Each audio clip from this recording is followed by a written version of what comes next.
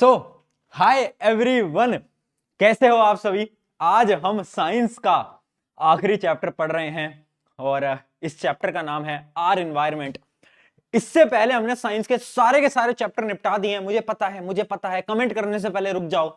एक चैप्टर अभी तक जो आपको नहीं कराया है वो है हाउ डू ऑर्गेनिज्म रिप्रोड्यूस। इस चैप्टर को हम इसके अगले में करा देंगे, कोई टेंशन नहीं है, कोई दिक्कत नहीं है।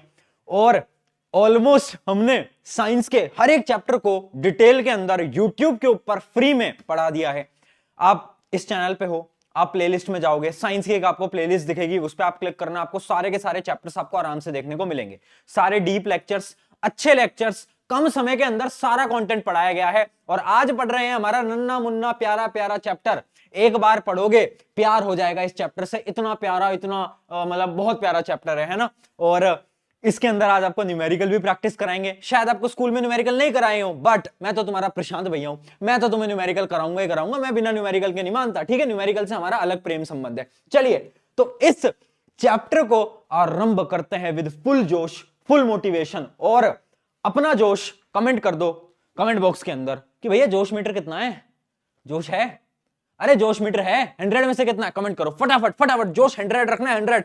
और 1 घंटे के अंदर इस पूरे चैप्टर को खत्म करेंगे। ध्यान से सुनना, नोट्स टेलीग्राम के ऊपर मिल जाएंगे। अगर ध्यान से सुना ये चैप्टर आपका क्लियर हो जाएगा। सबसे पहले देखते हैं ये चैप्टर कितने मार्क्स का आने वाला है। ये चैप्टर ओवरऑल आता है आपके 5 मार्क्स का सीबीएसई बोर्ड के अंदर। मैं सीबीएसई बोर्ड की अगर बात करूं 5 नंबर का आ रहा होता है, ठीक है।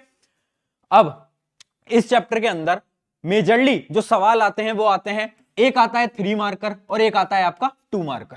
एक क्वेश्चन आता है आपका 3 नंबर का, एक आता है आपका 2 मार्कर का। सारे इंपॉर्टेंट क्वेश्चंस भी इसके अंदर ही करते चलेंगे। अब देखते हैं कौन कौन से टॉपिक हम इसके अंदर कवर करने वाले हैं। तो देखो, छोटा सा चैप्टर है, ज्यादा बड़ा चैप्टर नहीं है, बहुत सारी थ्योरी है ना। और थ्योरी भी बहुत आसान है।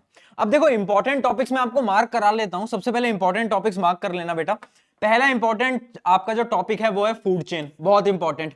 फूड चेन के अंदर जो आपका 10% लॉ है वो बहुत ज्यादा इंपॉर्टेंट है, एक सवाल बनता ही बनता है। उसके अलावा आपका बायोमैग्निफिकेशन की डेफिनेशन, उसके अलावा आपका ओजोन लेयर की फॉर्मेशन, ओजोन लेयर की फॉर्मेशन, इस पे भी सवाल आ सकता है। उसके अलावा आपके abiotic and biotic components in ecosystem. ये 4 आपके मेजर टॉपिक्स हैं जहां से आपका सवाल बनने वाला है। अब आपको इंपॉर्टेंट टॉपिक्स भी बता दिए, आपको यह भी बता दिया कि कितने सवाल पूछे जाने वाले हैं। अब शुरू करते हैं इस चैप्टर को पढ़ना विद फुल जोश, फुल मोटिवेशन, है ना भैया, है ना।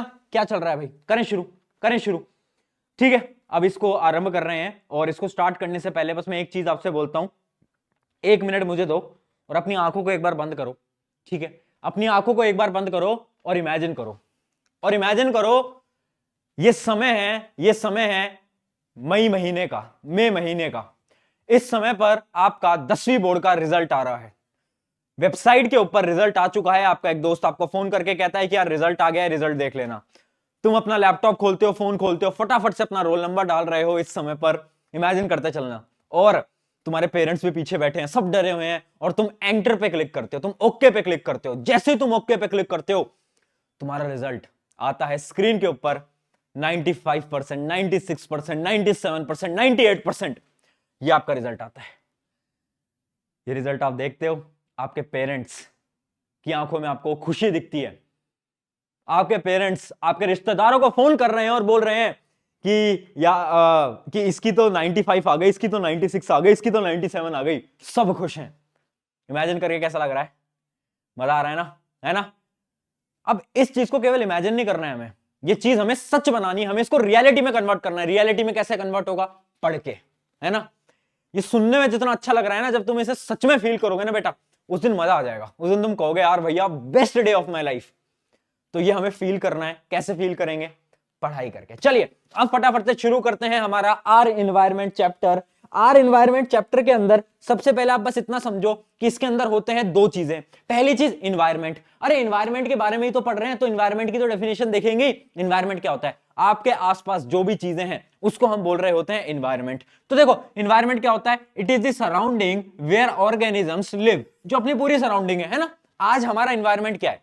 आज हम इंडिया के अंदर रह रहे हैं, तो हमारा एनवायरनमेंट क्या है? गर्मियों में बहुत ज्यादा गर्मी होती है, सर्दियों में बहुत ज्यादा ठंड होती है। ये क्या है हमारा एनवायरनमेंट। अगर हम रशिया में रहते तो रशिया में आपको पता है बहुत ठंड होती है, बर्फ गिरती है। तो रशिया में अगर हम जाएंगे तो हमारा इन्वायरमेंट बदल जाएगा। इन्वायरमेंट क्या होती है? वो सराउंडिंग जहां हम रह रहे हैं। जबकि इकोसिस्टम क्या होता है? ये डिफरेंस बहुत इंपॉर्टेंट है, ध्यान सुनना। इकोसिस्टम क्या होता है? It is a community where the biotic and abiotic component interact with each other. देखो बायोटिक अबायोटिक क्या होते हैं, आप पहले उतना समझो। बायोटिक कंपोनेंट्स वो होते हैं जो कि जिंदा हैं, जैसे कि आप मैं और बहुत सारे प्लांट्स, एनिमल्स, ये सब कौन है? बायोटिक। अबायोटिक क्या है? नॉन लिविंग, जैसे कि एयर है ना, आप सांस लेते हो किससे? एयर से, पानी, वाटर, ये सारी चीजें। तो इकोसिस्टम क्या है ना, इकोसिस्टम एक पूरी की पूरी सराउंडिंग है जिसके अंदर हम बायोटिक कंपोनेंट भी ले रहे हैं, अबायोटिक कंपोनेंट भी ले रहे हैं, और हम दोनों मिल बांट के यहां पर जिंदा हैं। इमेजिन करो अगर एयर नहीं होती, क्या आप जिंदा होते? नहीं होते जिंदा, है ना।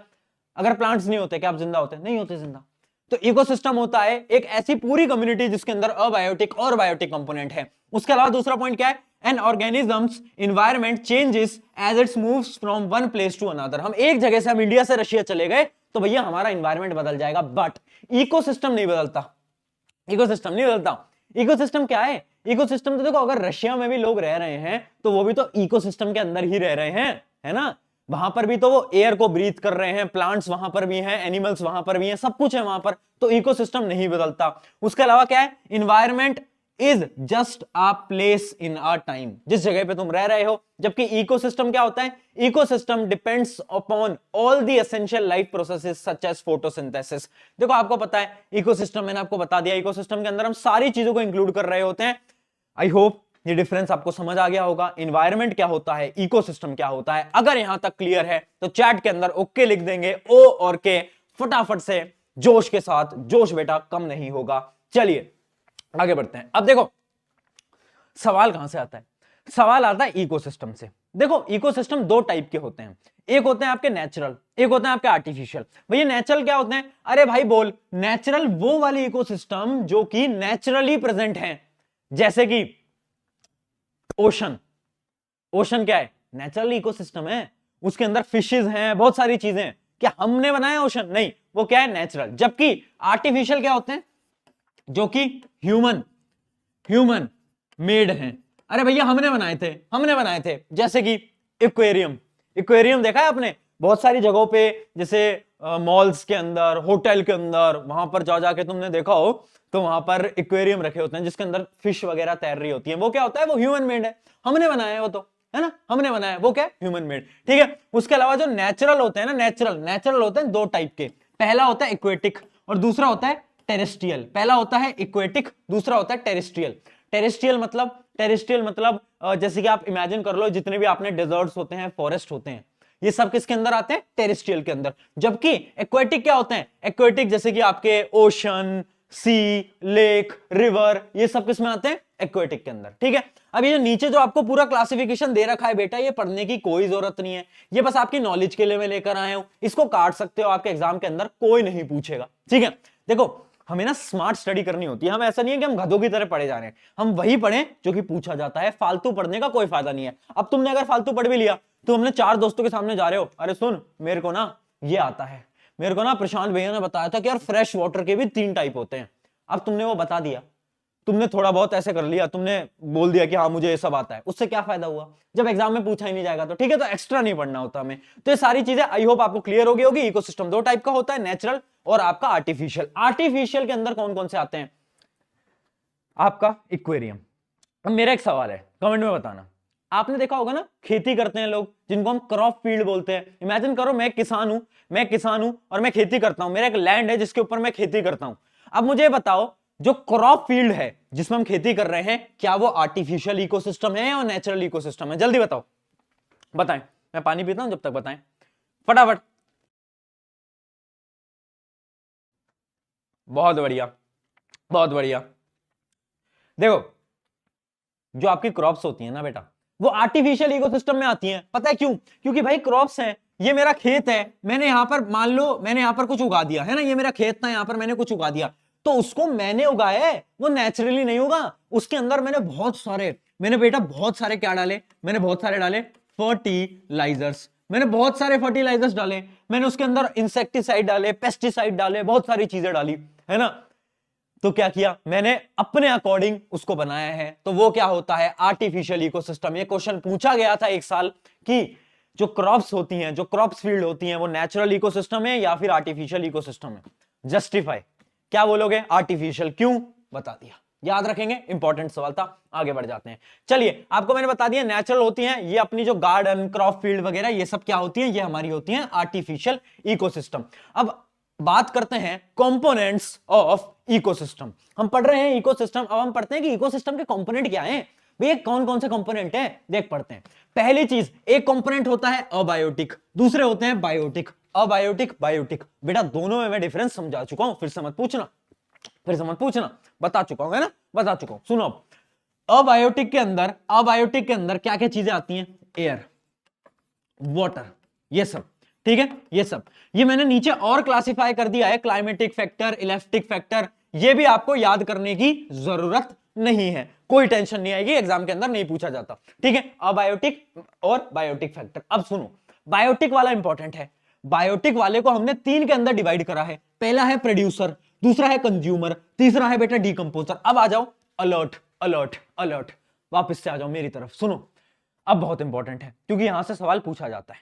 देखो 3 कैटेगरीज के अंदर हमने बायोटिक फैक्टर्स को डिवाइड करा है, प्रोड्यूसर, कंज्यूमर, डीकंपोजर। प्रोड्यूसर कौन, प्रोड्यूसर कौन, ध्यान सुनना, जो कि अपनी एनर्जी प्रोड्यूस करता है by the help of nature, जैसे कि प्लांट्स।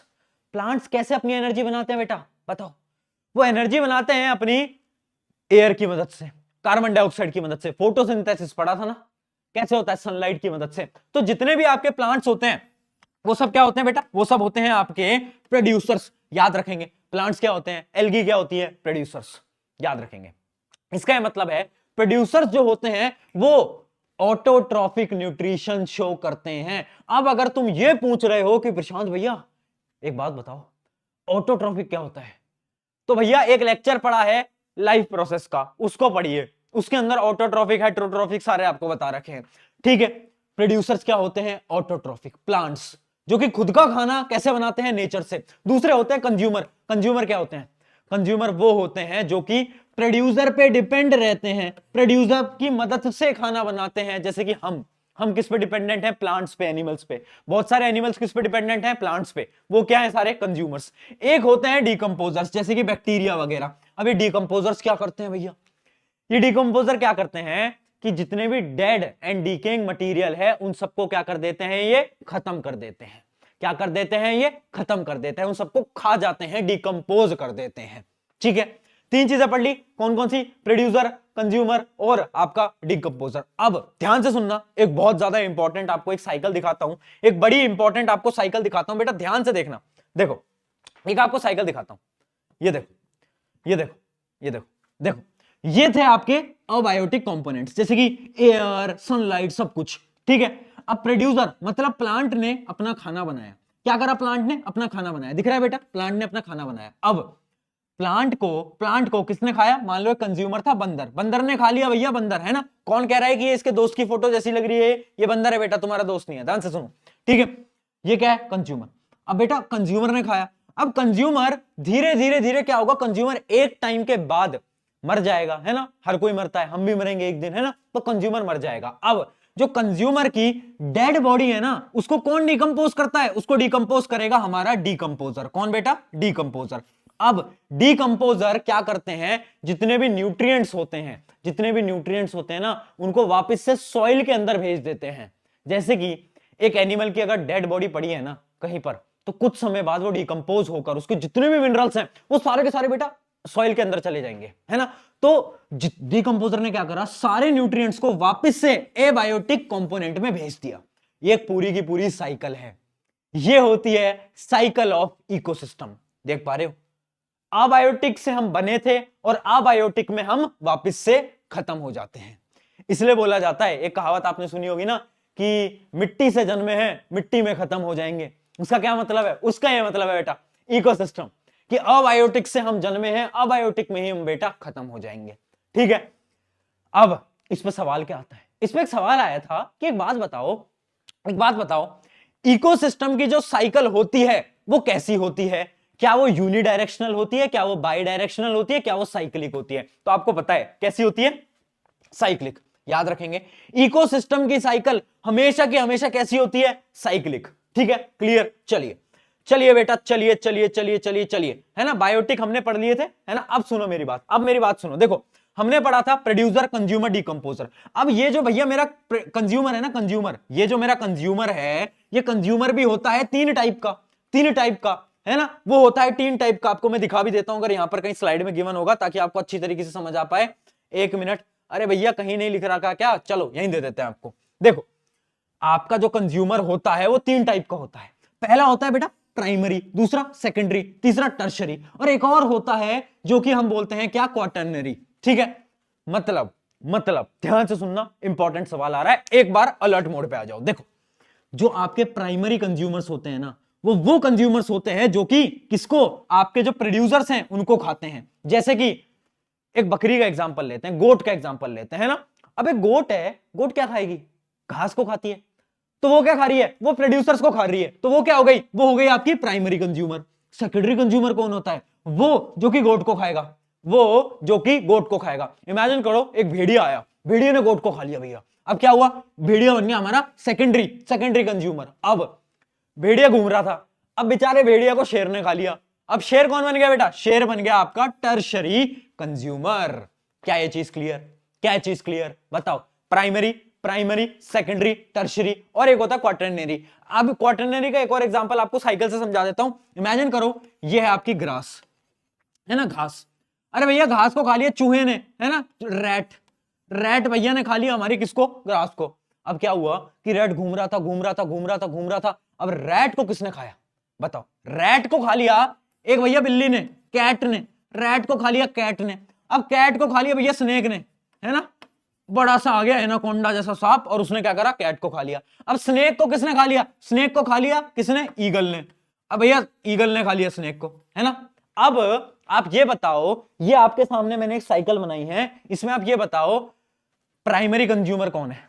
प्राइमरी कंज्यूमर कौन है? सेकेंडरी कंज्यूमर कौन है? बताओ।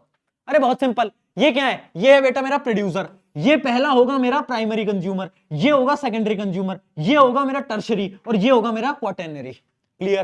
क्लियर? साइकिल समझ रहे हो? समझ रहे हो? समझ रहे हो? अरे बोल यार, समझ रहे हो? अरे हाँ ना यार, थोड़ा जोश हाई रख यार। तू बार बार तू डिस्ट्रैक्टेड क्यों हो जाता है यार? है, एक बात बता मुझे, ये बार बार तेरे फोन की तरफ हाथ क्यों जाता है? बार बार तेरे नोटिफिकेशन पे हाथ क्यों जाता है? बार बार तू ये क्यों बोलता है भैया व्हाट्सएप चेक कर लूं, इंस्टाग्राम चेक कर लूं? क्यों?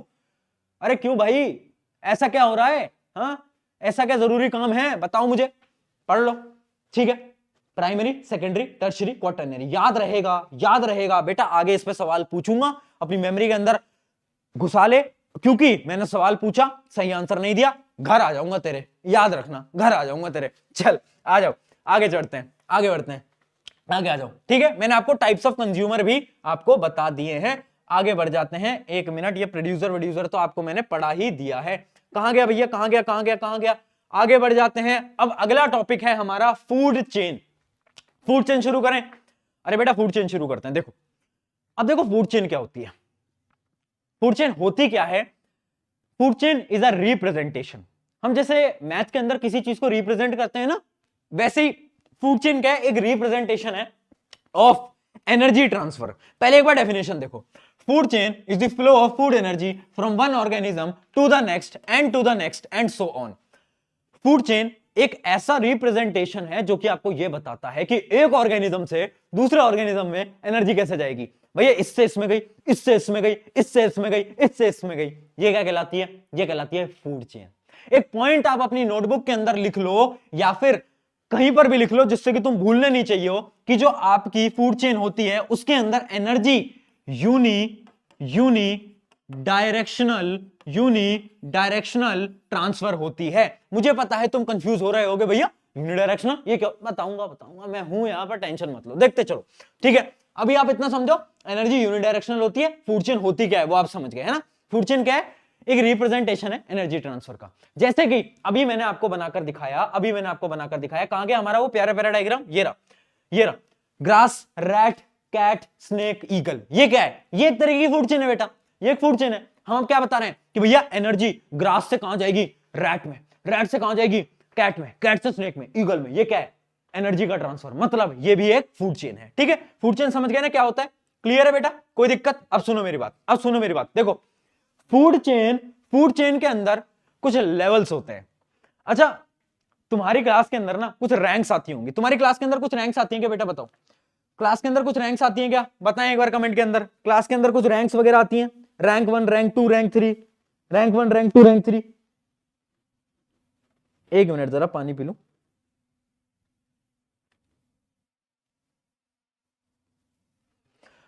मुझे लग रहा है तुम्हारी नहीं आ पा रही रैंक, है रैंक वैंक नहीं आ रही क्या? प्रशांत भैया से पढ़ के भी रैंक नहीं आ रही तो कैसे आएगी? देखो जैसे हम अभय बैच का टेस्ट लेते हैं ना नेक्स्ट टॉपर के ऊपर, तो उसके ऊपर ना बच्चों की रैंक आती है। तो जो रैंक आती है ना, जैसे तुम्हारी एक रैंक आ रही है, वो क्या बता रही है? तुम्हारी पोजीशन बता रही है क्लास के अंदर। उसी प्रकार से एनिमल्स की पोजीशन बताते हैं ट्रॉफिक लेवल। कौन बताते हैं? Trophic level. Trophic level, trophic level क्या है? एक तरीके की रैंक है। हम रैंकिंग दे रहे हैं हमारे ऑर्गेनिजम्स को। फूड चेन के अंदर जब हम ऑर्गेनिजम्स को रैंकिंग देते हैं, उसको हम बोलते हैं क्या?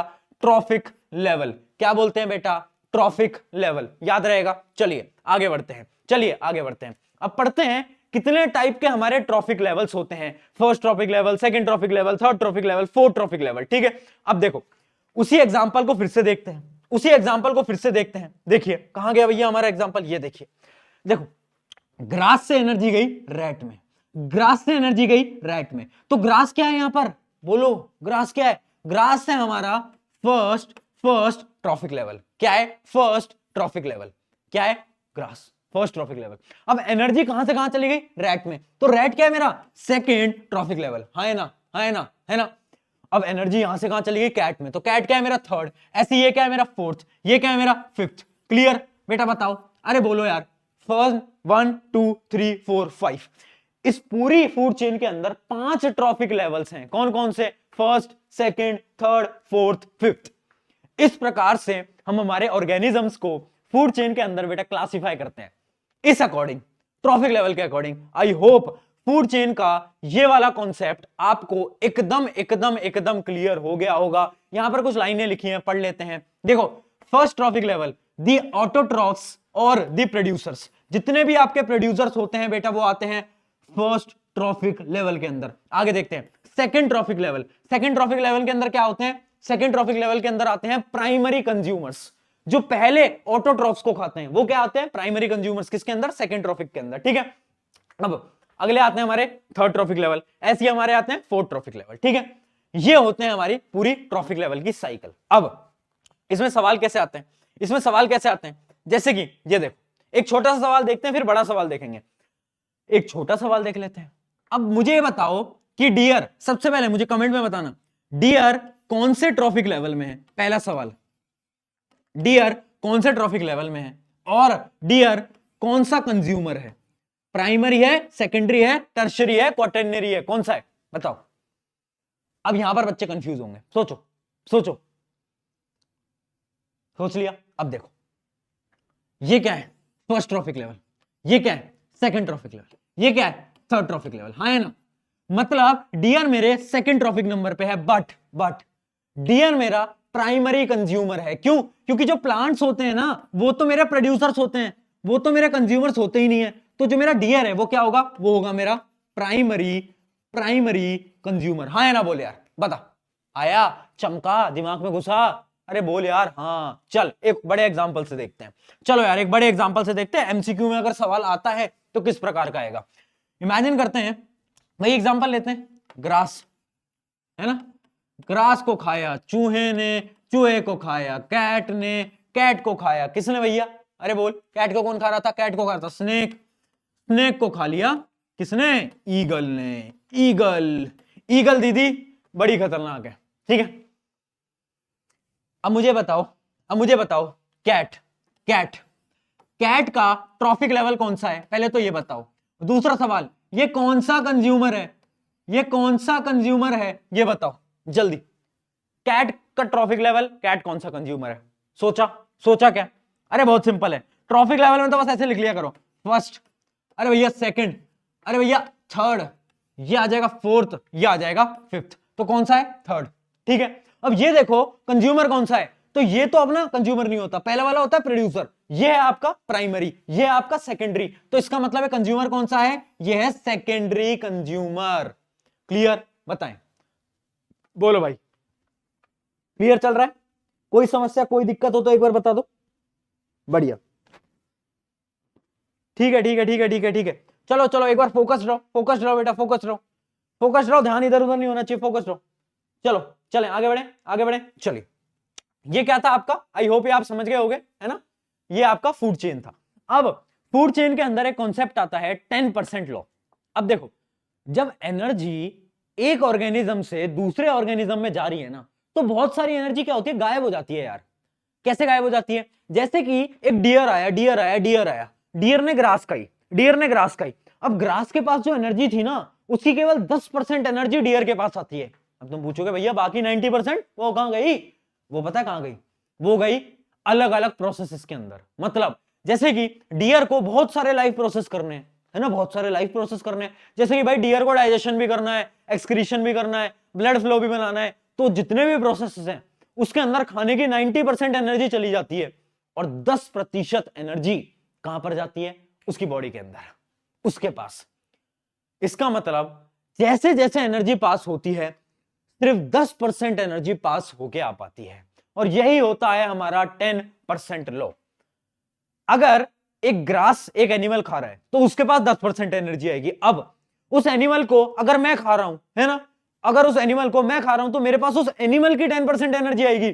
समझ पा रहे हो? नहीं समझ पा रहे? एक न्यूमेरिकल से समझ लेंगे, ठीक है? अभी आप इतना समझो, अभी आप इतना समझो, an average of 10% of the food eaten is turned into its own body and made available for the next level of the consumer।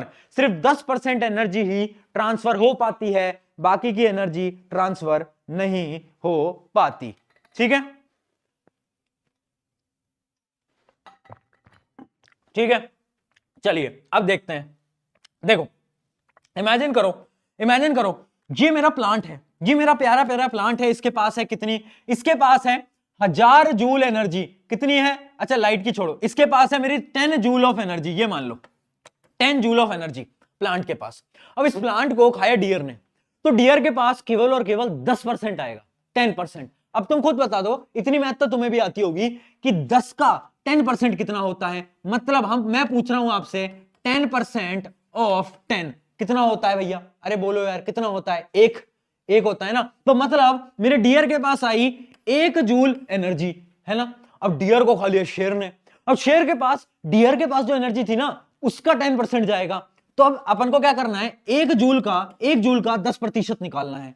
वो कितना होता है? वो होता है 0.1 जूल। अब देखो, आपको कुछ नहीं करना होता, इनके अंदर आपको क्या करना होता है? एक एक जीरो कम करते जाओ। जैसे यहां पर 10 जूल था, एक जीरो हटा दो, 1 जूल आ गया। अब पॉइंट पे आ जाओ, एक पॉइंट इधर ले आओ, 0.1 पे आ गया। अब अगर अकेला एक अलग एनिमल होगा जो कि शेर को खा रहा होगा, तो आ जाएगा 0.01।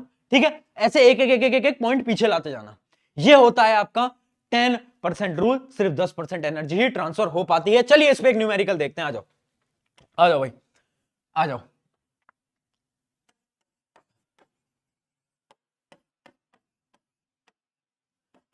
जूल एनर्जी है, 1000 जूल एनर्जी है बेटा प्लांट के पास। प्लांट को खा लिया भैया मेरे रैट ने, ठीक है। रैट को डायरेक्ट इस बार खा लिया किसने? स्नेक ने। और स्नेक को डायरेक्ट खा लिया इस बार ईगल ने। अब आपको ये बताना है कि जो मेरा ईगल है इसके पास कितनी एनर्जी है। बोलो फटाफट, निकाल पाओगे? निकाल पाओगे? अरे भैया सिंपल है यार। भैया अगर इसके पास 1000 है ना, तो इसका 10% इसके पास होगा। मतलब एक जीरो हटा दो, कितना आ गया? इसका कितना आ गया? 100। मतलब इसके पास है 100 जूल एनर्जी, है ना। इसके पास है भैया 100 जूल एनर्जी। अब 100 का 10% इसके पास होगा, वो कितना है? वो है भैया मेरा 10 जूल एनर्जी, 10 जूल एनर्जी। और 10 जूल का 10% होगा किसके पास? ईगल के पास। किसके पास? ईगल के पास। तो वो कितना होगा? एक और जीरो हटा दो, जो कि होगा 1 जूल। तो answer will be 1 joule. 2 marks के अंदर एक न्यूमेरिकल आपके पेपर के अंदर आपको बड़ी आसानी से दिखेगा, और आसानी से ही आप बेटा सॉल्व करके आ पाओगे, क्योंकि आप इंटेलिजेंट हो, है ना। आप अपने दोस्त की तरह नहीं हो जिसके पास दिमाग नहीं है। वो शायरी तुमने सुनी होगी ना कि जली को आग कहते हैं। क्या था? जली को आग कहते हैं, भुजी को राग कहते हैं, और जो तुम्हारे दोस्त के पास नहीं है उसको दिमाग कहते हैं। चलिए, है ना। I hope A clear, I hope A clear. ये क्या हो गया हमारा? ये हो गया हमारा 10% लॉ। बहुत इंपॉर्टेंट, बार बार सवाल यहीं से पूछे जाते हैं, है ना। चलिए आगे चलते हैं। मैंने आपको बता दिया 10% एनर्जी पास होती है, बाकी 90% कहां जाती है? डिफरेंट डिफरेंट लाइफ प्रोसेसेस के अंदर जाती है, एक्सक्रीशन, ट्रांसपोर्टेशन, ब्लड बनाना, हार्ट पंपिंग, इन सब जगहों पे। चलिए आगे बढ़ जाते हैं, आगे बढ़ जाते हैं। अब हम बात करते हैं बेटा फूड वेब की। भैया फूड वेब क्या चीज है? ये क्या नई नई आप बीमारियां लेकर आ रहे हो? कभी कह रहे हो फूड चेन, कभी कह रहे हो फूड वेब। अरे दोस्त देख, फूड चेन क्या था? अच्छा एक पॉइंट हम भूल गए बताना, क्या? कि फूड चेन यूनिडायरेक्शनल होता है, वो वाला पॉइंट रह गया। मैंने आपको बताया था कि फूड चेन यूनिडायरेक्शनल होता है, पर तुम में से किसी ने पूछा ही नहीं कि भैया यूनिडायरेक्शनल क्यों होता है। अब इसका एग्जांपल लेते हैं। ग्रास की एनर्जी गई रैट के अंदर, रैट की एनर्जी गई कैट के अंदर, कैट की एनर्जी गई स्नेक के अंदर, स्नेक की एनर्जी गई ईगल के अंदर। ठीक है, अब मुझे एक बात बताओ, प्लांट ने एनर्जी ली, ठीक है, प्लांट ने एनर्जी ली। पहला पॉइंट आपको यह नोट करना पड़ेगा कि सूरज अगर एक एनर्जी दे रहा है ना, सूरज अगर एक एनर्जी दे रहा है ना, तो प्लांट सूरज से सिर्फ 1% सनलाइट को ऑब्जॉर्व कर पाता है, 1% सनलाइट का काम ले पाता है। तो प्लांट कितना लेता है? 1% ऑफ दी सनलाइट, 1% एनर्जी ले पाता है सनलाइट की। यह पॉइंट आपको नोट रखना है, ठीक है, 1% एनर्जी लेता है सनलाइट की। अब सुनो, अब प्लांट ने सन से एनर्जी ली है, ठीक है, ठीक है, अब प्लांट ने वो एनर्जी आगे दे दी रैट को। क्या अब वो एनर्जी वापस से रैट से प्लांट को मिल सकती है, या फिर प्लांट से वापस सनलाइट मिल सकती है? पॉसिबल ही नहीं है, पॉसिबल ही नहीं है। इसका क्या मतलब है? जो फूड चेन होती है ना, वो हमेशा यूनिडायरेक्शनल होती है। यूनिडायरेक्शनल मतलब एक ही जगह चलती है ऐसे, अगर सीधी जा रही है तो सीधी जाएगी, उल्टी जा रही है तो बेटा उल्टी जाएगी। अगर एनर्जी ऐसे फ्लो कर रही है ना, तो ऐसी फ्लो करेगी। कभी एनर्जी ऐसे फ्लो नहीं कर सकती कि रैट से ग्रास में चले गया, ग्रास से सनलाइट में चला गया, पॉसिबल नहीं है, पॉसिबल नहीं है। तो याद रखेंगे, energy flow in the food chain is always unidirectional. भैया बार बार इतना क्यों आप इसमें फोकस कर रहे हो? क्योंकि ये सवाल 3 बार पूछा गया है। यूनिडायरेक्शनल होता है या नहीं होता है? यूनिडायरेक्शनल होता है। और इकोसिस्टम के अंदर क्या होता है? राउंड साइकिल होती है, सर्कुलर साइकिल होती है, याद रखेंगे। चलिए आगे बढ़ते हैं। अब हम कहां पर आ गए थे? हम आ गए थे हमारे फूड वेब। फूड वेब कहां है भैया? फूड वेब आ जाए भाई। फूड वेब देखो, फूड वेब कुछ नहीं है, अरे आसान सी चीज है। फूड वेब क्या है ना, फूड वेब ये बताता है कि एक जो आपका एनिमल है ना, उसको सिर्फ एक और ऊपर वाला एनिमल नहीं खाएगा, उसको बहुत सारे एनिमल खा सकते हैं। जैसे कि देखो, ये आपका फ्रॉग है ना, ये आपका फ्रॉग है ना, तो इस फ्रॉग को बहुत सारे एनिमल खा सकते हैं। इसको स्नेक भी खा सकता है, इसको ईगल भी खा सकती है, इस प्रकार से। तो जो फूड वेब होता है ना, वो आपको इंटर रिलेशन दिखाता है। इंटर रिलेशन वो आपको ये दिखाता है कि सारे एनिमल एक दूसरे से कनेक्टेड हैं, एक दूसरे से कनेक्टेड हैं। अगर इमेजिन करो अचानक एक दिन आए और आपकी सारी की सारी जो इंसेक्ट्स होते हैं, इंसेक्ट्स गायब हो जाए, तो पता क्या होगा? जो आपके फ्रॉग्स होते हैं ना, वो इंसेक्ट्स को खाते हैं, वो कुछ भी नहीं खा पाएंगे, उन्हें खाना नहीं मिलेगा। उससे क्या होगा? फ्रॉग की भी पॉपुलेशन कम होने लगेगी, और फ्रॉग की पॉपुलेशन कम होगी तो ऊपर स्नेक वगैरह को खाना नहीं मिलेगा, फिर स्नेक्स की भी पॉपुलेशन कम होने लगेगी, फिर स्नेक कौन खाता है? ईगल खाता है, फिर ईगल की भी पॉपुलेशन कम होने लगेगी। तो पूरी की पूरी फूड वेब पूरा बदल जाएगा अगर एक भी एनिमल आपका यहां से गायब हो जाता है। तो फूड वेब क्या होता है? डेफिनेशन देख लेते हैं। अब देखिए, a group of several interconnected food chains where an organisms get food from more than one group of organism is known as food web. food web क्या होता है? एक इंटर रिलेशन दिखा रहा है आपको। यह है एक एग्जांपल ऑफ फूड वेब। अब सवाल क्या बनता है? सवाल बनता है difference between food chain and food web. Difference between food chain and food web. देखिएगा, देखो पहला डिफरेंस क्या है? फूड चेन क्या होता है? Food chain is a linear flow of energy and the nutrients from one organism to another. एक organism ने दूसरे को खाया, लीनियर फ्लो हो रहा है ना एनर्जी का। जबकि फूड वेब क्या होता है? Food web is the combination of many different food chains. बहुत सारी अलग अलग फूड चेन्स को जब हम कलेक्टिवली कंबाइन कर देंगे ना, तो क्या कहलाएगा? तब कहलाता है वो मेरा क्या? Food web. याद रखेंगे, बहुत ज्यादा इंपॉर्टेंट पॉइंट। दूसरा point, an organism of higher level trophic feeds on specific organism of lower trophic level। जो हाई ट्रॉफिक लेवल होते हैं, जो सेकंड ट्रॉफिक लेवल के हैं, वो फर्स्ट को खाएंगे, जो थर्ड के हैं वो सेकंड को खाएंगे। ऐसे ही तो चल रहा था। यहां पर क्या होता है? यहां की कहानी देखो, an organism of higher trophic level has access to more members of the lower trophic level। देखो फूड चेन के अंदर क्या होता था? थर्ड वाला जो एनिमल है ना, थर्ड ट्रॉफिक का, वो सेकंड को ही खा सकता है। ऐसा तो नहीं है कि थर्ड वाला डायरेक्टली फर्स्ट को खा लेगा। फूड चेन में पॉसिबल है? नहीं, बट फूड वेब में पॉसिबल है। फूड वेब में थर्ड वाला सेकंड को भी खा सकता है, फर्स्ट को भी खा सकता है। पॉसिबल है, पॉसिबल है। अभी आपको फूड वेब दिखाया, वहां पर देख लेना, ठीक है, तो ये दो मेजर डिफरेंस हैं जो कि आपको याद रखने हैं, ये आपको पॉइंट्स याद रखने हैं। अब एक चीज आप याद रखना कि देखो फूड वेब का सबसे इंपॉर्टेंट पॉइंट क्या है, इंपॉर्टेंस क्या है। फूड वेब आपको यह बताता है, फूड वेब आपको यह बताता है कि भाई जो सारे ऑर्गेनिजम्स है ना वो एक दूसरे पे डिपेंडेंट है। अगर एक भी ऑर्गेनिज्म गायब हुआ ना तो पूरे का पूरा वेब पूरा का पूरा गायब होने लगेगा, धीरे धीरे सारे ऑर्गेनिज्म एक्सटेंट होने लगेंगे। तो फूड वेब क्या बताता है, फूड वेब बताता है कि every organism is dependent on each other, एक दूसरे पे डिपेंडेंट है। चलिए ये डिफरेंस था। अब एक छोटा सा कॉन्सेप्ट होता है फूड पिरामिड का, वैसे आपके सिलेबस के अंदर ऐसा कुछ है नहीं है ना, इसको आप क्रॉस भी मार कर सकते हो, बट फूड पिरामिड देखो कुछ नहीं होता। फूड पिरामिड ये बताता है कि कौन किसको खाएगा, कौन किसको खाएगा, मतलब ecological hierarchy of food relationship in which are chief predator is at the top, each level prey on the next lower level. मतलब ये जैसे अपनी फूड चेन थी ना, जैसे अपनी फूड चेन थी ना, उसी प्रकार से कि लेवल लेवल लेवल इंक्रीज होते जाते हैं। आप देख सकते हो यहां पर नीचे बहुत सारे आपके इक्वेटिक प्लांट्स हैं, उसके बाद छोटी फिशेज हैं, फिर बड़ी फिशेज हैं, फिर और बड़ी फिशेज हैं, और उसके बाद क्या है शार्क, जो कि सबको खा सकती है। ठीक है, तो फूड पिरामिड क्या होता है, एक रिप्रेजेंटेशन है। जैसे फूड चेन होता है वैसे फूड पिरामिड होता है, रिप्रेजेंटेशन है। इसका सवाल नहीं आता, ज्यादा गहराई से पढ़ने की कोई जरूरत नहीं है। आगे बढ़ते हैं, चलिए चलो भैया आगे बढ़ते हैं, है ना। अभी तक हमने क्या क्या पढ़ा, इसके अंदर वो हम देख लेते हैं। सबसे पहली, food chain is always straight, मतलब ये यूनिडायरेक्शनल होती है, बार बार इस शब्द को मैंने आपको समझा दिया है। उसके अलावा क्या है, it utilises energy from the sun, मतलब जो आपका प्लांट होता है वो एनर्जी लेता है कहां से, सन से। उसके अलावा अ food chain follows 10% energy law, ये भी मैंने आपको बता दिया है। ये सारे पॉइंट्स मैं आपको समझा चुका हूं। यहां पर आपकी जो फूड चेन है बेटा वो एकदम समाप्त होती है। क्लियर, आगे बढ़े, आगे बढ़े,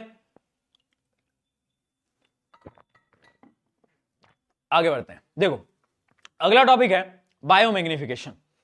बायोमैग्निफिकेशन बेटा जल्दी जल्दी नहीं पढ़ा रहा हूं, ये चैप्टर छोटा है और इस चैप्टर में रटने का ज्यादा पोर्शन है, और मैं तो आपको ऐसे समझा रहा हूं कि आप एक बार मेरे से पढ़ लोगे ना तो फिर आपको कहीं से पढ़ने की जरूरत नहीं पड़ने वाली। आप बस नोट्स डाउनलोड कर लेना, टेलीग्राम पे नोट्स मिल जाएंगे, डाउनलोड करा, पढ़ाई करी, आपका काम खत्म। ठीक है, आ जाओ।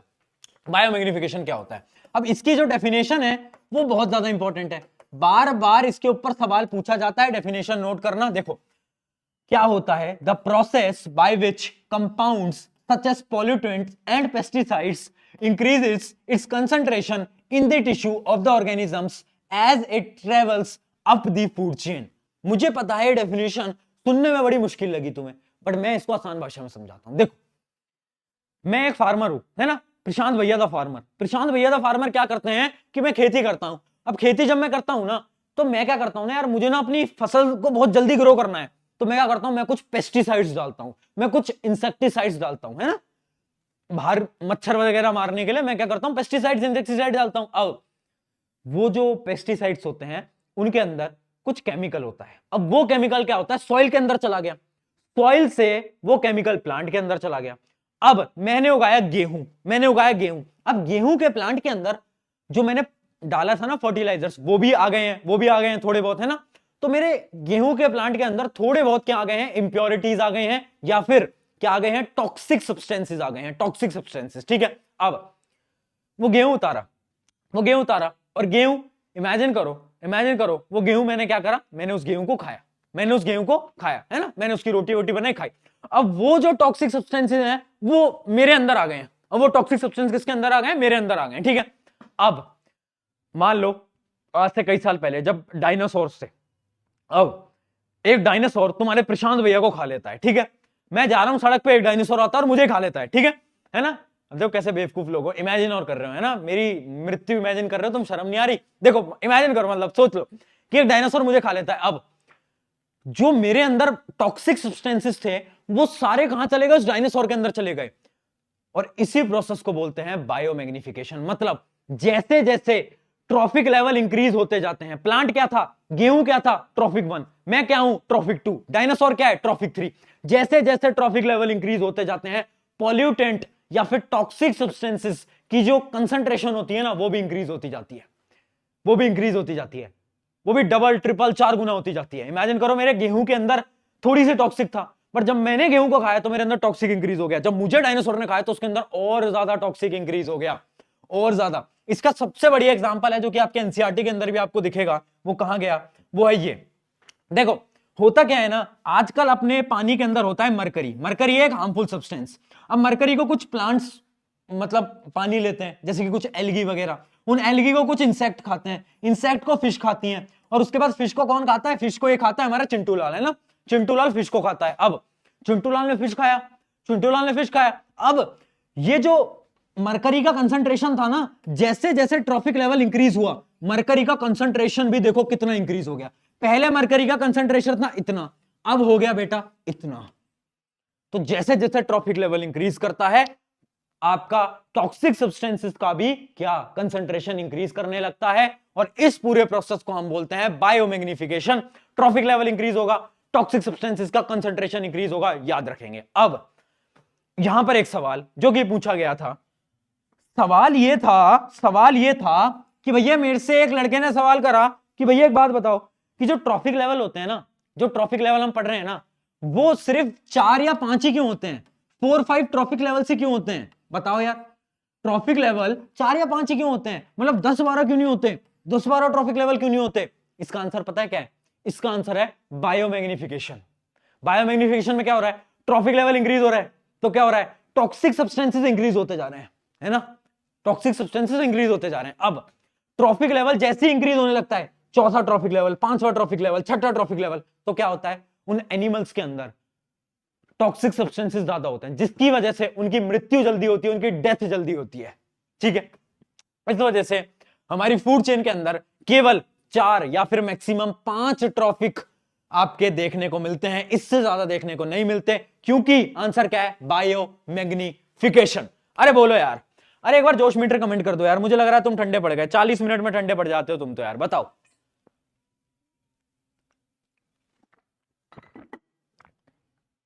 ट्रॉफिक लेवल क्लियर, आगे बढ़े, चलिए। बायोमैग्निफिकेशन एकदम क्लियरली आपको समझा दिया है। अब बढ़ते हैं आगे, ओजोन, अगला टॉपिक बेटा, अगला टॉपिक ओजोन। ओजोन क्या होता है, ओजोन क्या होता है, ओजोन कुछ नहीं है, ओजोन होता है O3। O3 एक ऐसी गैस है जो कि जब आपके ऊपर होती है ना, मतलब आपकी जो ऊपर वाली लेयर्स होती हैं, जैसे आपकी स्ट्रेटोस्फेयर, वहां पे जब आपकी ओजोन होगी ना, तो वो ना आपको जो सनलाइट आ रही है ना, उसके अंदर एक यूवी रेडिएशन होती है, सूरज है, सूरज से आती है यूवी रेडिएशन, यूवी रेडिएशन ना आपको कैंसर वगैरह कर सकती है, तो उस कैंसर से बचाती है हमें कौन, ओजोन। कौन, ओजोन। तो ओजोन क्या होती है, ओजोन होती है आपकी O3। O3 किससे बचाती है, यूवी रेडिएशन से। किससे बचाती है, यूवी रेडिएशन से। यूवी रेडिएशन क्या करती है, स्किन कैंसर कॉज कर सकती है, ठीक है। इतनी कहानी याद रखोगे, इतनी कहानी याद रखोगे। अब देखो इंपॉर्टेंट क्या है, इंपॉर्टेंट है जिसमें से सवाल आता है वो है formation of ozone. Star mark कर लेंगे, फॉर्मेशन ऑफ ओजोन। अब इसको समझते हैं कहानी से। यह है एक प्रेम कहानी, किस किस की प्रेम कहानी, प्रेम कहानी है हमारे ऑक्सीजन, ये प्रेम कहानी हमारे ऑक्सीजन नहीं, ओजोन और यूवी रेस की, ठीक है। एक प्रेम कहानी आपको मैं समझाता हूं। एक बार की बात है, ऑक्सीजन हवा में घूम रहा था, यूवी रेडिएशन आती है, यूवी रेडिएशन ऑक्सीजन से दोस्ती करना चाहती है, तो ऑक्सीजन ये बोलती है कि भाई मैं तो तभी तुझसे दोस्ती करूंगी जब तू मेरी मदद करेगा। तो यूवी रेडिएशन कहता है भाई मैं कैसे मदद करूंगा, तो ऑक्सीजन बोलती है कि यूवी रेडिएशन मेरी तू मदद कर दे कि मेरे जो मॉलिक्यूल्स है ना O2 के, उसको 2 पार्ट में तोड़ दे, O और O के अंदर। तो यूवी रेडिएशन ने बोला यार प्यार में इतना तो मैं कर सकता हूं, उसने 2 पार्ट में तोड़ दिया। अब क्या हुआ, अब ऑक्सीजन ने क्या करा, ऑक्सीजन चालाक थी, अब उसने क्या करा कि भाई जो इंडिविजुअल ऑक्सीजन था उससे जो एक ऑक्सीजन का मॉलिक्यूल था, इन दोनों को कंबाइन करा और ओजोन बना लिया, ओजोन बना लिया। अब जो पहले हमारी ओजोन, जो पहले हमारी ऑक्सीजन थी, वो क्या बन गई, वो बन गई ओजोन। अब ये जो ओजोन है, ये एक प्रिवेंटिव लेयर बन गई जो कि यूवी रेडिएशंस को ही अंदर नहीं आने दे रही। तो क्या करा ऑक्सीजन ने, ओजोन ने प्यार में करी गद्दारी। क्या करी, गद्दारी किसके साथ, यूवी रेडिएशन के साथ। यूवी रेडिएशन ने ही मदद करी थी ओजोन की बनने में, और यूवी रेडिएशन को उन्होंने बोला कि भैया अब तो तुम अंदर नहीं जा पाओगे, अब नहीं जा पाओगे अंदर। ये तो वही बात हो गई कि तुम अपने पापा के घर में रह रहे हो और अपने पापा को घर से बाहर निकाल रहे हो, है ना, ये तो वही वाली बात हो गई। तो ये होती है आपकी फॉर्मेशन ऑफ क्या, ओजोन। ऑक्सीजन टूटता है यूवी रेडिएशन की मदद से और उसके बाद ओजोन बन जाता है। इसको याद रखेंगे, इसको याद रखेंगे, ठीक है। अगला टॉपिक देखते हैं, अगला टॉपिक है आपका depletion of ozone. Depletion of ozone. अब हम लोग हैं बेवकूफ, हम क्या कर रहे हैं, हम अपने घरों के अंदर फ्रिज एसी दबा के चला रहे हैं, है ना। अब जितने भी एसी होते हैं, फ्रिज होते हैं, उनसे गैस निकलती है, क्या होती है वो? CFC, chlorofluorocarbon. CFC, बेटा नाम नोट कर लेंगे, नाम नोट कर लें, यहां पर अच्छा लिख भी रखा है, CFC, क्लोरोफ्लोरोकार्बन।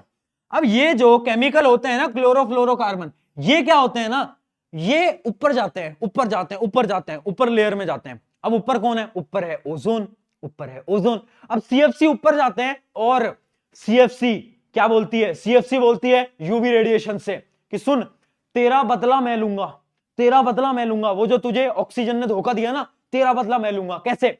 CFC बोलती है कि भाई यूवी रेडिएशन मेरे ऊपर आ जा, मेरे ऊपर आ जा। जैसे यूवी रेडिएशन आती है CFC के ऊपर, तो जो क्लोरीन गैस है ना वो अलग हो जाती है, क्लोरीन गैस अलग हो जाती है। अब ये जो क्लोरीन गैस होती है ना, ये क्या करती है? ये क्लोरीन गैस आपके O3 जो ओजोन है ना, ओजोन के साथ मिलती है और ओजोन को वापस नॉर्मल ऑक्सीजन के अंदर तोड़ देती है और ओजोन लेयर के अंदर छेद हो जाता है और यूवी रेडिएशन फिर से अंदर आने लग जाती हैं।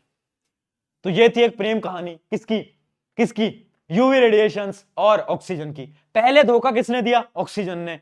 क्यों? उसने ओजोन बना लिया। अब वापस से CFC आया और CFC ने क्या लिया? बदला लिया और क्या बना लिया? एक होल बना लिया और फिर यूवी रेडिएशंस अंदर आने लग गए। ठीक है, ये पूरी की पूरी कहानी के फॉर्मेट में आपको याद रखना है, इंपॉर्टेंट है। Formation of ozone and depletion of ozone layer, दोनों आपको समझा दिया एक प्यारी कहानी की। बताओ इससे आसान तरीका क्या होगा? एक बार मैं तुम्हें समझा देता हूं, बताओ। बढ़िया, चलिए आगे बढ़ते हैं, आगे बढ़ते हैं, आगे बढ़ते हैं। चलिए आ जाइए। अब हमारा ऑलमोस्ट आखिरी टॉपिक बेटा, ऑलमोस्ट आखिरी टॉपिक, 15 मिनट और लूंगा, ध्यान से सुन लो। देखो, डिस्पोजल, डिस्पोजल की हम बात करते हैं। डिस्पोजल का मतलब क्या होता है? डिस्पोजल का मतलब होता है कि जितने भी वेस्ट चीजें हैं ना, हम उनको हमारे घरों से बाहर फेंक रहे हैं। एक प्रकार से डिस्पोजल वही होता है। आप देखते होगे आपके घर का जितना भी कचरा है, आप वो डेली बाहर फेंकते होगे। वो सुबह सुबह बचता है, गाड़ी वाला आया, घर से कचरा निकाल, हाँ वही वाला। तो वो हम क्या कर रहे हैं? वो हम डिस्पोजल कर रहे हैं। वो हम क्या कर रहे हैं? वो हम डिस्पोजल कर रहे हैं। अब ये टॉपिक उतना इंपॉर्टेंट नहीं है, बट इसके अंदर एक चीज इंपॉर्टेंट है। दो टाइप के वेस्ट होते हैं। वेस्ट क्या होते हैं? जितनी भी फालतू चीजें हैं जो कि आपके घर के अंदर है ना, दो टाइप के वेस्ट होते हैं। पहला होता है बायोडिग्रेडेबल, दूसरा होता है नॉन बायोडिग्रेडेबल। दिखाता हूं, आ जाओ आ जाओ। देखो, पहला टाइप का वेस्ट है बायोडिग्रेडेबल, दूसरा होता है नॉन बायोडिग्रेडेबल। बायोडिग्रेडेबल वो होता है जो कि आपके नेचुरली जो इन्वायरमेंट है ना, उससे डिकंपोज किया जा सकता है, इससे डिकंपोज किया जा सकता है। वो क्या कहलाता है? वो कहलाता है मेरा बायोडिग्रेडेबल। ठीक है, बैक्टीरिया की मदद से। जैसे कि एग्जांपल देता हूं, आपके घर में सब्जी कटती होगी, क्या करना? कभी उस सब्जी को लेना, है ना, जो कटी हुई सब्जी है ना, जो वेस्ट है, और उस वेस्ट को कभी एक गड्ढा खोदना मिट्टी के अंदर, उसमें रख देना। एक दिन बाद आपको सब्जी वहां मिलेगी नहीं। आप गड्ढा खोदना, आपको सब्जी नहीं मिलने वाली वहां। क्यों? क्योंकि मिट्टी के अंदर क्या हुआ? वो ऑटोमेटिकली क्या हो गई? वो डिकंपोजर्स की मदद से वो सब्जी एकदम गायब हो जाती है, डिकंपोज कर देते हैं डिकंपोजर्स। तो वो जितने भी आपके वेस्ट होते हैं जो कि डिकंपोज किए जा सकते हैं, वो कहलाते हैं क्या? बायोडिग्रेडेबल। जबकि जैसे कि अपना प्लास्टिक है, क्या प्लास्टिक भी डिकंपोज किया जा सकता है? नहीं, ऑब्वियस सी बात है। तो प्लास्टिक क्या है? Non biodegradable. इसमें कुछ डिफरेंसेस देखते हैं। It is environment friendly. क्यों? क्योंकि भैया ये तो डिकंपोज हो सकते हैं, बट ये हो सकते हैं क्या? कभी नहीं। तुम प्लास्टिक को तुम 1000 साल तक पटक लो, कभी डिकंपोज नहीं हो सकता, कभी भी। तो ये क्या है? कैन नॉट बी डिकंपोज, बहुत ज्यादा पोल्यूशन करते हैं। इसके अलावा क्या है? It is made up of natural ingredient, it is made up of the synthetic material, it can be converted into manure और रिसाइकल्ड। मैन्योर क्या होता है? आगे बात करते हैं। इट कैन बी इधर रीयूज्ड और रिसाइकल्ड। और कुछ एग्जांपल्स आपको दोनों तरफ दे रखे हैं, नोट कर लो बेटा। ठीक है, क्लियर? बढ़िया। बायोडिग्रेडेबल, डिग्रेडेबल का एक सिंपल सा 2 नंबर का डिफरेंस पे सवाल आराम से आ सकता है। अगर आता है तो तुम्हें बेसिक सा एकदम, मतलब ये तो आना चाहिए, इसमें तो कुछ है ही नहीं, ये तो बड़ा सिंपल है यार, है ना। अब देखते हैं मेथड्स ऑफ डिस्पोजल।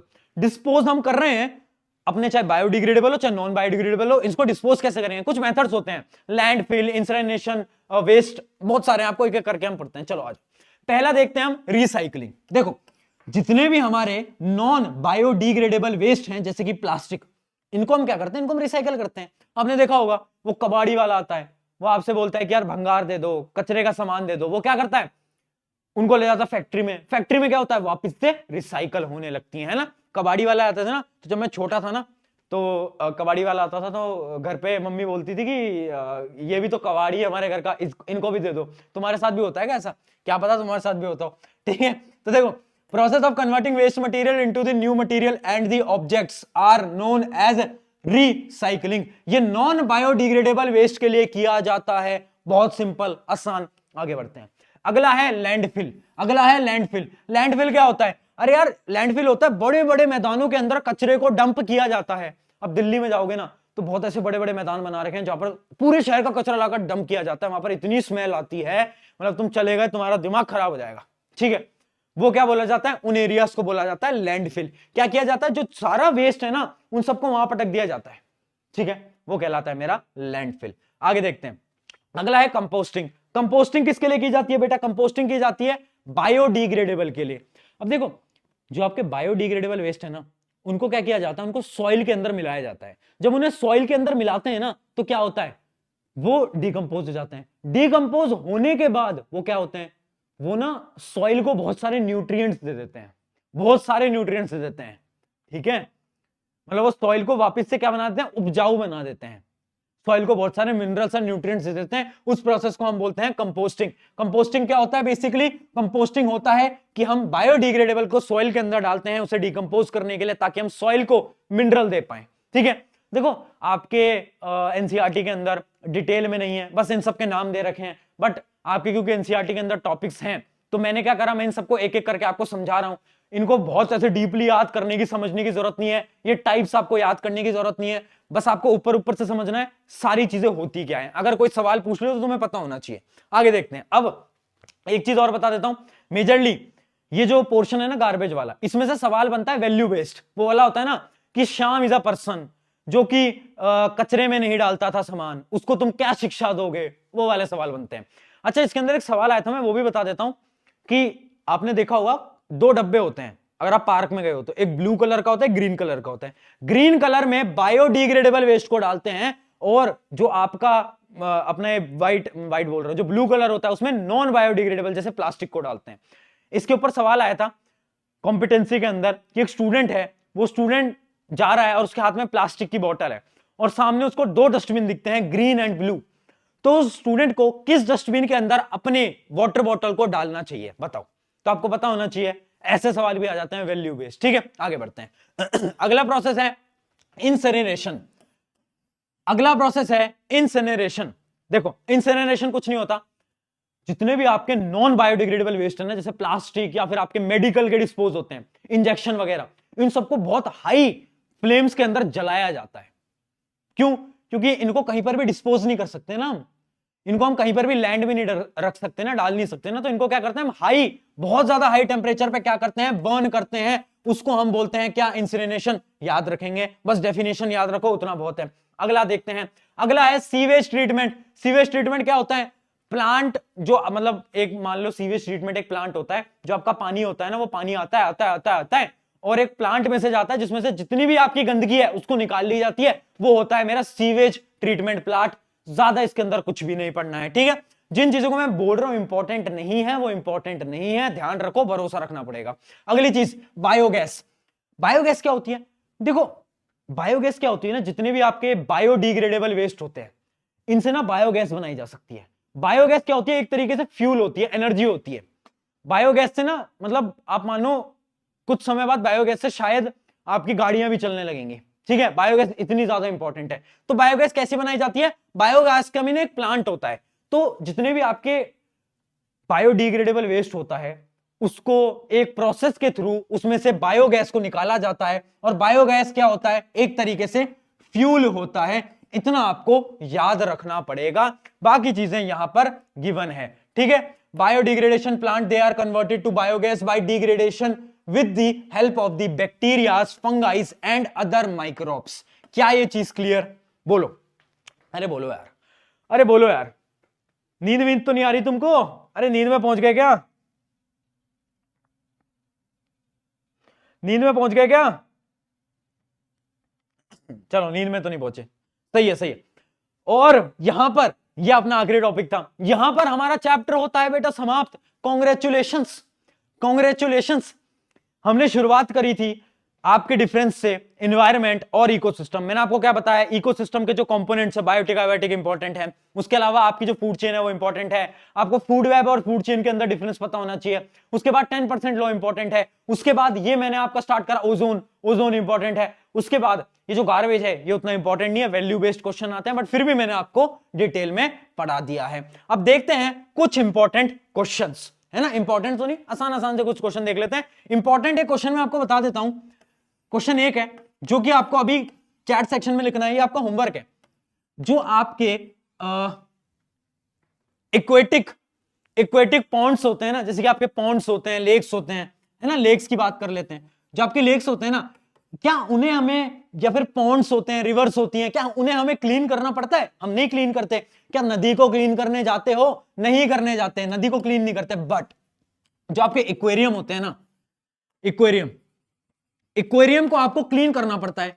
जिनने अपने स्कूल के अंदर, मॉल्स के अंदर अगर एक्वेरियम देखा है तो उन्हें पता होगा एक्वेरियम को क्लीन करना पड़ता है। ऐसा क्यों? वाई बताओ बताओ बताओ। चलो इस क्वेश्चन को हम नहीं देते, एमसीक्यू वाला देंगे। इसका आंसर मत लिखो, मैं ही बता देता हूं क्योंकि बच्चे कंफ्यूज होंगे। देखो, क्योंकि लेक्स क्या होता है, लेक्स होते हैं हमारे नेचुरल इकोसिस्टम, और नेचुरल इकोसिस्टम के अंदर एक चीज होती है जिसको हम बोलते हैं डीकंपोजर। डीकंपोजर क्या करते हैं, जितने भी वेस्ट हैं, जैसे मान लो एक मछली मर गई, अब क्या करेंगे, उसको डिकंपोज कर देंगे। कौन? डिकंपोजर। बट आपके जो एक्वेरियम्स होते हैं वो क्या होते हैं, वो होते हैं आपके आर्टिफिशियल इकोसिस्टम।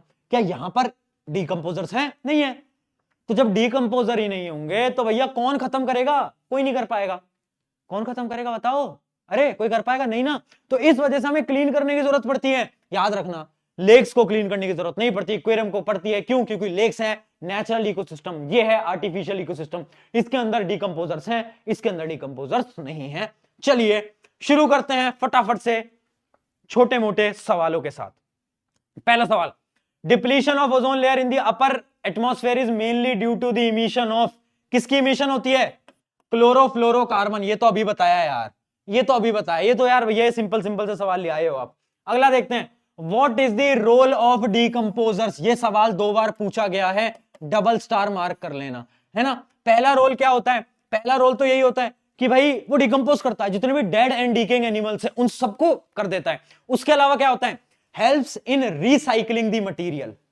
देखो डिकंपोजर क्या कर रहा है, आपके इकोसिस्टम को पूरा कर रहा है ना। कोई एनिमल मर गया तो उसके जितने भी न्यूट्रिएंट्स है ना उनको वापस सॉइल तक पहुंचा रहा है।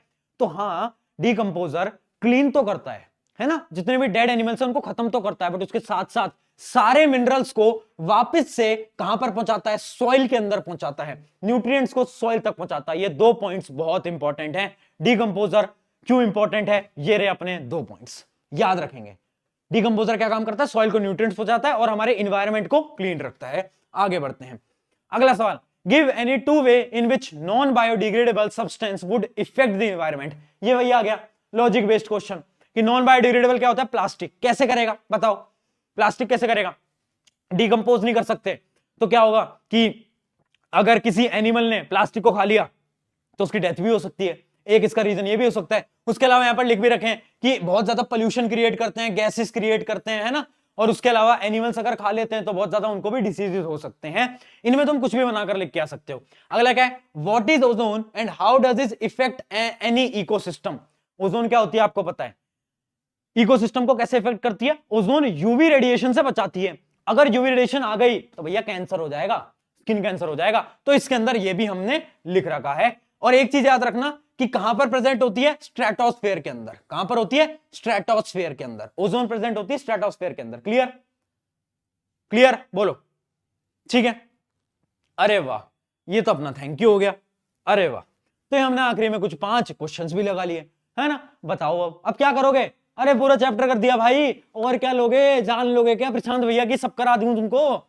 सब करा रहा हूं यार।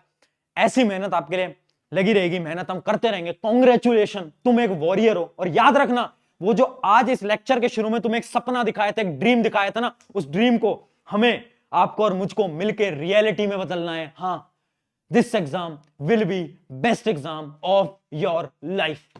इस कमेंट को अभी कर देना। अगर तुमने यहां तक वीडियो को देख लिया है तो इस कमेंट को कर देना, मैं समझ जाऊंगा तुम उस स्टूडेंट में से हो जो कि मेरी पूरे लेक्चर्स को देख के जाते हो। लिख देना this exam will be best exam of my life.